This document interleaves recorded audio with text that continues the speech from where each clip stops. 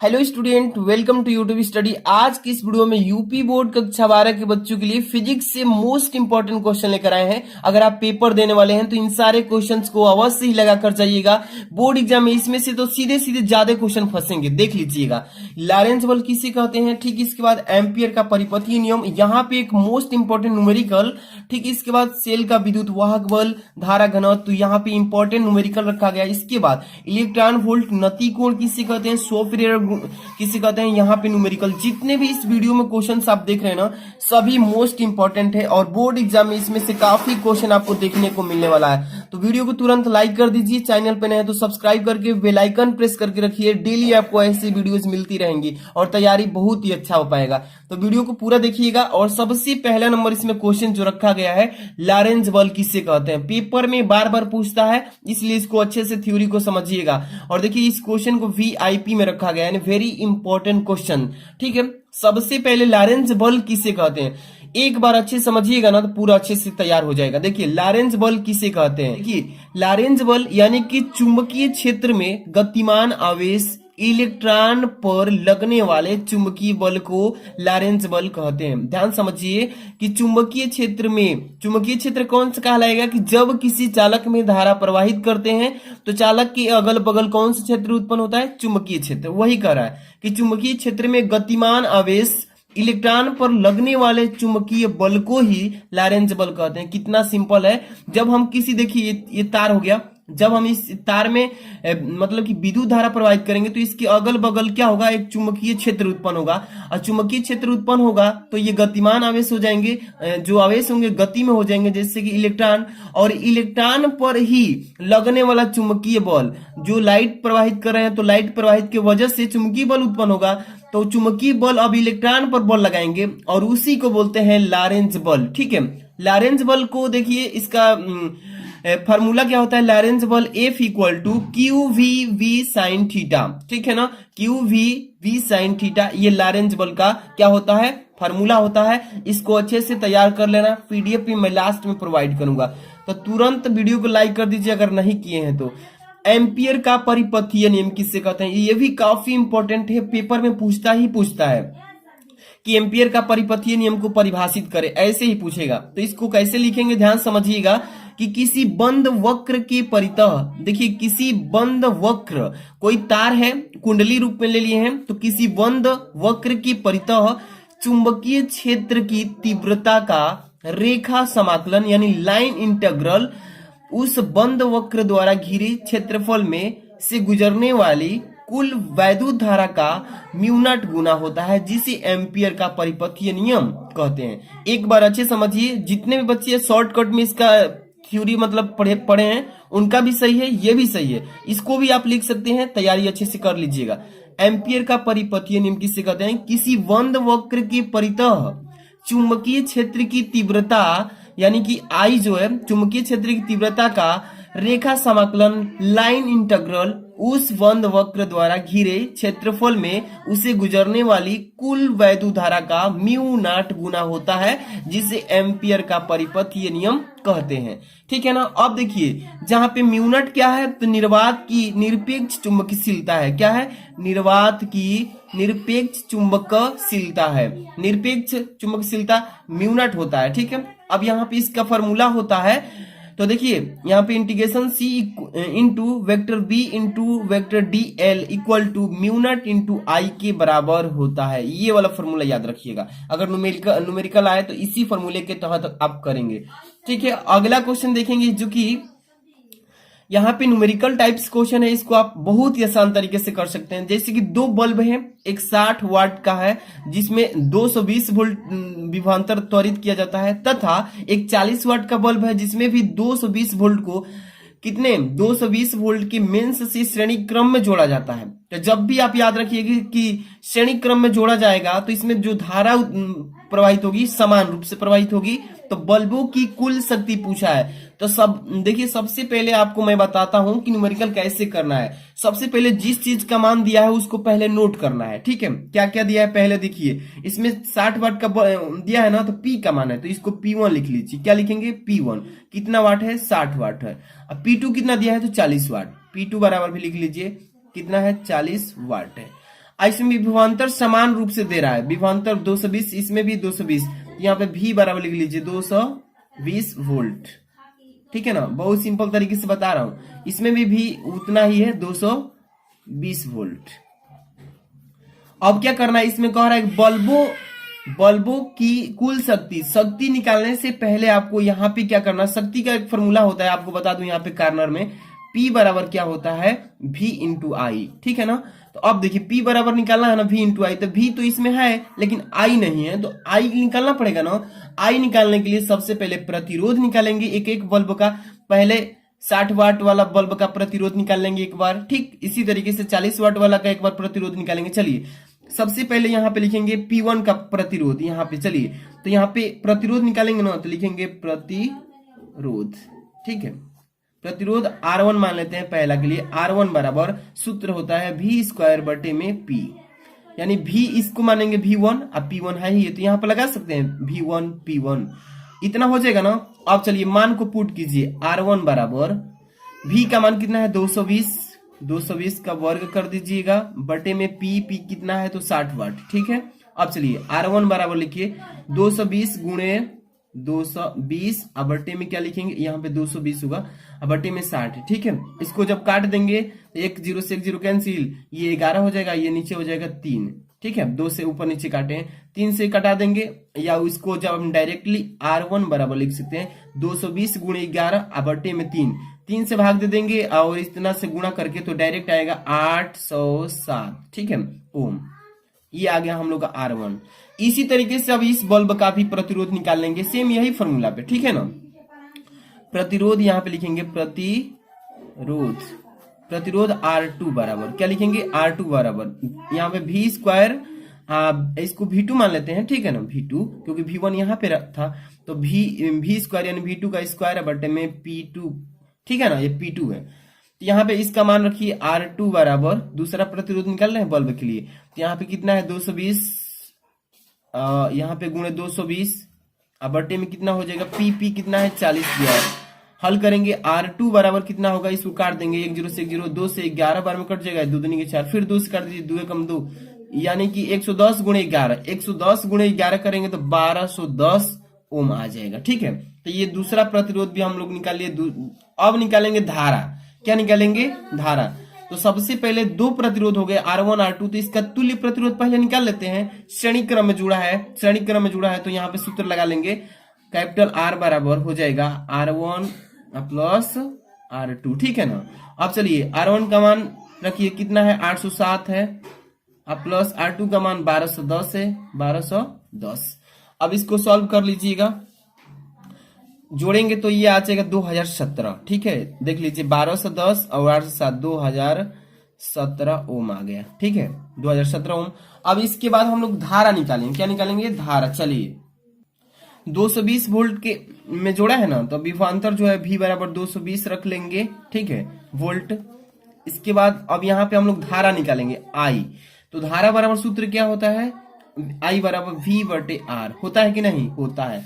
चलिए अब यहाँ पे फॉर्मूला रखिए, V का मान कितना है 220 अब बटे में R, अभी हम लोग कितना निकाले हैं, तुरंत 2000 कितना निकाले थे 17। अब इससे भाग जब देंगे तो ये क्या हो जाएगा, तो यहाँ पे हम लोग चाहे इतना ही रख देते हैं क्योंकि I का मान हम लोग का आ गया कितना 220 अब बटे में 2017। ठीक, ये I का मान। अब हम लोग कुल शक्ति पूछा था, देखिए पूछा है ना कुल शक्ति बताइए, तो कुल शक्ति निकालेंगे ना, तो यहाँ पे सूत्र हम बताए थे ना, कुल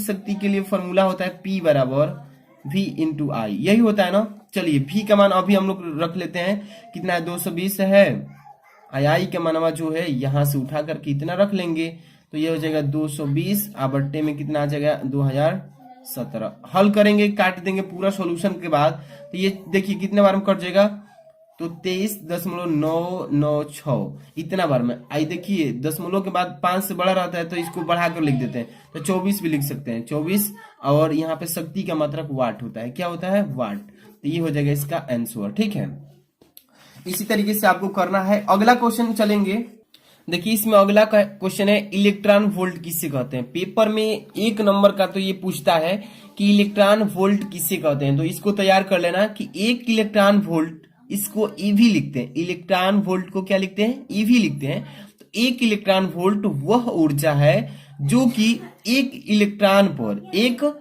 पर जो ई बराबर होता है 1.6 गुणे 10 की पावर माइनस 19 कूलाम, वही कह रहा है कि जो कि एक इलेक्ट्रॉन पर 1 वोल्ट विभवांतर पर त्वरित होने पर प्राप्त करता है, उसी को 1 इलेक्ट्रॉन वोल्ट कहलाता है या उसी को कहते हैं। ठीक है, एक बार फिर से 1 इलेक्ट्रॉन वोल्ट किसे कहते हैं? 1 इलेक्ट्रॉन वोल्ट वह ऊर्जा है जो कि एक इलेक्ट्रॉन यानी 1 इलेक्ट्रॉन बराबर इतना 1 वोल्ट विभवांतर पर त्वरित होने पर प्राप्त करता है, 1 इलेक्ट्रॉन वोल्ट कहलाता है। ठीक है, इसको अच्छे से तैयार कर लेना। पेपर में 1 नंबर का ये पूछता है कि 1 इलेक्ट्रॉन वोल्ट को परिभाषित कीजिए। ठीक है, तो तैयार कर लेना। इसके ठीक बाद अगला क्वेश्चन देखिए, क्या है? नति कोण।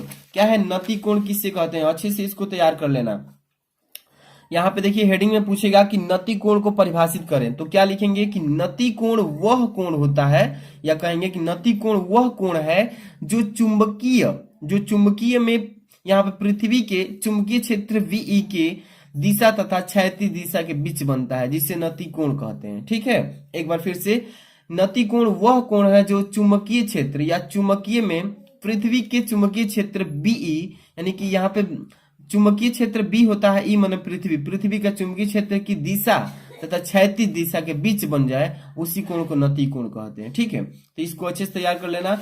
इसके बाद है स्वप्रेरण। क्या है? स्वप्रेरण किसे कहते हैं? पेपर में ये भी पूछेगा कि स्वप्रेरण को परिभाषित कीजिए, तो तैयार कर लेना इसको। देखिए, स्वप्रेरण किसे कहते हैं? किसी कुंडली से संबद्ध चुंबकीय फ्लक्स के मान यहाँ पे 2 बार लिख दिए हैं, एक बार होगा कि किसी कुंडली से संबद्ध चुंबकीय फ्लक्स के मान में परिवर्तन होने पर उसकी कुंडली में प्रेरित वैद्युत वाहक बल तथा प्रेरित धारा उत्पन्न होने की घटना को ही स्वप्रेरण कहते हैं। क्या कहते हैं? स्वप्रेरण। इसको अच्छे से तैयार कर लेना, पेपर में पूछेगा ही पूछेगा। वीडियो को जितने बच्चे अभी तक लाइक नहीं किए, प्यारा सा लाइक कर देना। और आपके लिए एक मोटिवेशन सुनाता हूं कि आंखों में नींद बहुत है पर सोना नहीं, यही समय है कुछ करने का, इसे खोना नहीं। यहाँ पे देखिए, स्वप्रेरण का फॉर्मूला होता है एल। स्वप्रेरण को किस चीज से डिनोट करते हैं? एल से, और एल बराबर होता है mu naught pi into n square into r upon 2।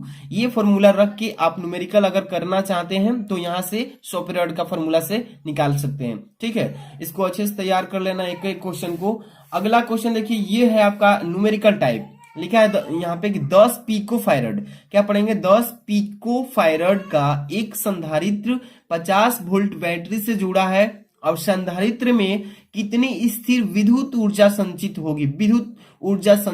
तो यहाँ पे इसके लिए फॉर्मूला लगाएंगे। आप फटाफट से इसका सोल्यूशन बता रहे हैं। देखिए, सबसे पहले जो चीज दिया इसमें उसको पहले तो नोट कर लेना है। ठीक है, चलिए, सबसे पहले क्या दिया इसमें? यहाँ पे 10 पिको फायरड, तो ये संधारित्र सी बराबर मान दिया है कितना? 10 पिको फायरड। ठीक है, इतना तो नोट हो गया। इसके बाद 50 वोल्ट यानी कि विभवांतर दिया है, तो V का मान कितना है? 50 वोल्ट। ठीक है ना, इतना क्लियर हो गया। अब देखिए, इसके बाद सबसे पहले हम लोग क्या करेंगे, देखेंगे कि जो मान दिया है सही मात्रक में दिया है या नहीं। तो देखिए, संधारित्र का मान जो दिया है 10 पिको फायरड, तो संधारित्र का मात्रक होता है केवल इसका फायरड में होता है, लेकिन पिको फायरड में दिया, तो पिको फायरड को फायरड में चेंज करेंगे। तो यहाँ पे देखिए 10 की पावर माइनस 12 से यहाँ पे गुणा कर देंगे तो फायरड में चेंज हो जाएगा। देखिए 10 यहाँ पे गुणे 10 की पावर माइनस 12, यहाँ पे फायरड लिख सकते हैं, फायरड। ठीक है, अब चेंज हो गया पिको से किस में? फायरड में। 10 की पावर माइनस 12 से गुणा करा दिए तो ये तो वोल्ट का मात्रक, विभवांतर का मात्रक वोल्ट होता है। ठीक है, अब संधारित्र स्थितिज ऊर्जा का फॉर्मूला लगाएंगे। पूछा है ना कि स्थितिज ऊर्जा, संचित ऊर्जा मतलब स्थितिज ऊर्जा U बराबर क्या होता है? हाफ सी अभी स्क्वायर। इसी फॉर्मूले के तहत आराम से निकालेंगे। चलिए, U इक्वल टू लिख लीजिए 1/2।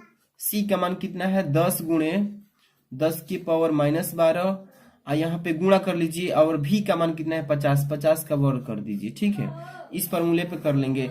यहाँ से देखिए 1/2 गुणे, यहाँ से चाहेंगे तो काट भी सकते हैं। ठीक है, 2 5 बार गया, इसको हटा दीजिए। 50 का वर्ग यहाँ से सीधे डायरेक्टली गुणा कर लेंगे तो U बराबर आ जाएगा 25/2 या हाँ 25/2 गुणे 10 के पावर -9। ठीक है, इतना कर लेंगे। इसके बाद देखिए यहाँ पे देखिए इसको हम सॉल्व कर लेते हैं, थोड़ा सा इधर ही कर लेते हैं। U बराबर 12 इसको जब भाग देंगे तो 12 बार में हो जाएगा 12.5 गुणे 10 के पावर -9 जूल। संचित ऊर्जा का मतलब जूल हो जाएगा। अब यहाँ से U बराबर क्या लिख सकते हैं, इसको उचित दशमलव में बदलेंगे तो एक स्थान इधर आएगा तो यहाँ पावर घट जाएगा, तो 1.25 गुणे 10 के पावर -8 यहाँ पे जूल। यही आंसर आएगा इसका। ठीक है, इसी तरीके से पेपर में भी आएगा तो आराम से कर लेना। इसके बाद अगला क्वेश्चन देखेंगे, बहुत इंपॉर्टेंट है, सभी के सभी क्वेश्चंस देख सकते हैं। अगला क्वेश्चन इसके बाद क्या है, देखिए लिखा है कि सेल का विद्युत वाहक बल किसे कहते हैं। पेपर में 100% ऐसा क्वेश्चन आता है कि सेल का विद्युत वाहक बल किसे कहते हैं। तो इसका परिभाषा लिखेंगे आप, देखिएगा ध्यान से कि एकांक आवेश का मतलब कोई इलेक्ट्रॉन ले लीजिए या प्रोटॉन ले लीजिए। ठीक है, तो यहाँ पे एकांक आवेश को पूरे परिपथ, यानी परिपथ मतलब सेल सहित है, ठीक है, उसमें सेल भी रहेगा, तो एकांक आवेश को पूरे परिपथ में प्रवाहित यहाँ पर देखिए करने में सेल द्वारा दी गई ऊर्जा को सेल का विद्युत वाहक बल कहते हैं। एक बार फिर से इसको समझिएगा ध्यान से, आप ही लोग के लिए 2 बार पढ़ा रहे हैं इसको कि सेल का विद्युत वाहक बल किसे कहते हैं। तो एकांक आवेश को पूरे परिपथ का मतलब जितने भी आप फिगर बनाए हैं, जिस भी चीज को रखे हैं उस पूरी परिपथ की बात कर रहा है। ठीक है ना, तो यहाँ पे आपको अच्छे से समझना जरूरी है कि कह रहा है कि एकांक आवेश को पूरे परिपथ में प्रवाहित करने में सेल द्वारा दी गई ऊर्जा को सेल का विद्युत वाहक बल कहते हैं। अब देखिए विद्युत वाहक बल को ई से प्रदर्शित करते हैं, इसका फॉर्मूला होता है E बराबर W/Q। ठीक है, W/Q। यहाँ पे देखिए W जो है उसका कार्य हो जाएगा, Q जो है आवेश हो जाएगा। वही लिखा है कि E बराबर W/Q होता है। तो इसको अच्छे से तैयार कर लेना, सेल का विद्युत वाहक बल पेपर में आएगा ही आएगा। इसके बाद अगला है आपका धारा घनत्व। धारा घनत्व किसे कहते हैं, किसी चालक में किसी बिंदु पर, ध्यान समझिए, ये धारा घनत्व का परिभाषा की किसी चालक में किसी बिंदु पर प्रति एकांक क्षेत्रफल से अभिलंबवत गुजरने वाली धारा को उस बिंदु पर धारा घनत्व कहते हैं। पेपर में आता है धारा घनत्व को परिभाषित करें तो लिखेंगे किसी चालक में किसी बिंदु पर प्रति एकांक क्षेत्रफल से अभिलंबवत गुजरने वाली धारा को उस बिंदु पर धारा घनत्व कहते हैं। इसे किस चीज से डिनोट करते हैं, तो जे से। धारा घनत्व किस चीज से प्रदर्शित करते हैं, जे से दिखाते हैं, यानी कि प्रदर्शित करते हैं। अब इसका फॉर्मूला होता है धारा घनत्व यानी कि जे बराबर I/A। आई क्या है तो यहाँ पे धारा हो जाएगा, ए क्या है तो यहाँ पे क्षेत्रफल हो जाएगा, एकांक क्षेत्रफल। ठीक है, इसका मात्रक होता है धारा घनत्व का एम्पियर प्रति मीटर स्क्वायर। क्या होता है, एम्पियर प्रति मीटर स्क्वायर। इसको अच्छे से तैयार कर लेना, इस तरीके से पेपर में आता है। इसके बाद है लास्ट क्वेश्चन, ये न्यूमेरिकल, बहुत ही इंपॉर्टेंट न्यूमेरिकल है। पेपर में देख लीजिए 2020 में पूछा है, 22 में भी पूछा था, लेकिन मैं यहाँ पे नहीं लिख पाया हूं।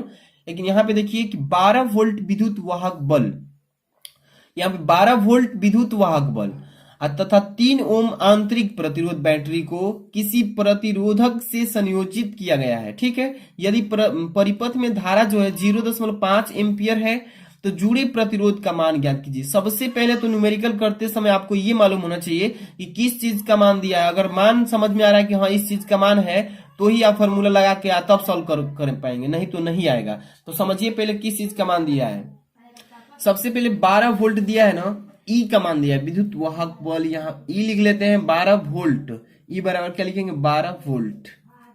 ठीक है, इसके बाद ये 3 ओम आंतरिक प्रतिरोध का होता है तो स्मॉल आर का मान है, किस चीज का, स्मॉल आर का मान है 3 ओम। ठीक है, 3 ओम हो गया। इसके बाद इसमें देखिए 0.5 एम्पियर धारा है, धारा लिखा है ना, धारा को आई से डिनोट करते हैं 0.5 एम्पियर।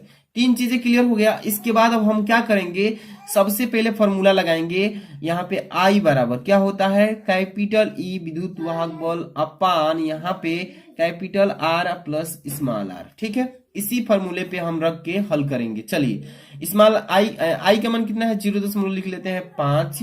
ठीक है, बराबर ई का मान कितना है 12 वोल्ट, तो 12 वोल्ट लिख लेंगे। इसके बाद कैपिटल आर का मान नहीं दिया है, यहाँ पे ऐसे ही रहेगा। अब प्लस स्मॉल आर का मान आंतरिक प्रतिरोध कितना ओम है 3 ओम है। अब हल कीजिए बहुत ही सिंपल तरीके से, इसमें क्रॉस मल्टीप्लाई कर लेंगे पूरा तो हो जाएगा। देखिए 3 से यहाँ पे कर लीजिए, तो यहाँ पे पहले कीजिए 0.5 आर से गुणा होगा तो आर हो जाएगा, ठीक है। प्लस 3 से गुणा कीजिए 0.5 में तो 1.5 आएगा, क्या आएगा 1.5। अब बराबर इधर केवल बच गया 12, ठीक है। अब इसमें क्या कीजिए, इस आर का मान निकालना है तो पक्षांतर कर लेते हैं। सबसे पहले 0.5 आर लिख लीजिए, अब बराबर 12 है तो ऐसे ही रहने दीजिए। इस 1.5 को उधर लाएंगे तो माइनस में हो जाएगा कितना 1.5, ठीक है। अब 0.5 आर आप घटाएंगे तो ये कितना आ जाएगा 10.5 आएगा, ठीक है। 12 में से 1.5 घटाएंगे 10.5 आएगा। आर का मान निकालना है, आर बराबर 10.5 अब बटे में आ जाएगा 0.5। एक एक अंक पर दशमलव लगे हैं, दोनों हट जाएंगे। तो अब 5 से घटा दीजिए, कितने बार में 21 बार में कट जाएगा, कट गया ना 21 बार में। तो आर का मान कितना आ गया हम लोग का, आर बराबर 21 ओम, ठीक है। यही हमें निकालना था। तो इसी तरीके से करना है। जितने भी बच्चे को अभी पीडीएफ चाहिए तो वीडियो को तुरंत लाइक करना होगा, और चैनल पर नए हैं तो सब्सक्राइब करके बेल आइकन प्रेस कर लीजिए ताकि आपको ऐसे डेली वीडियोस मिलती रहे। मिलते हैं नेक्स्ट वीडियो में। Thanks for watching.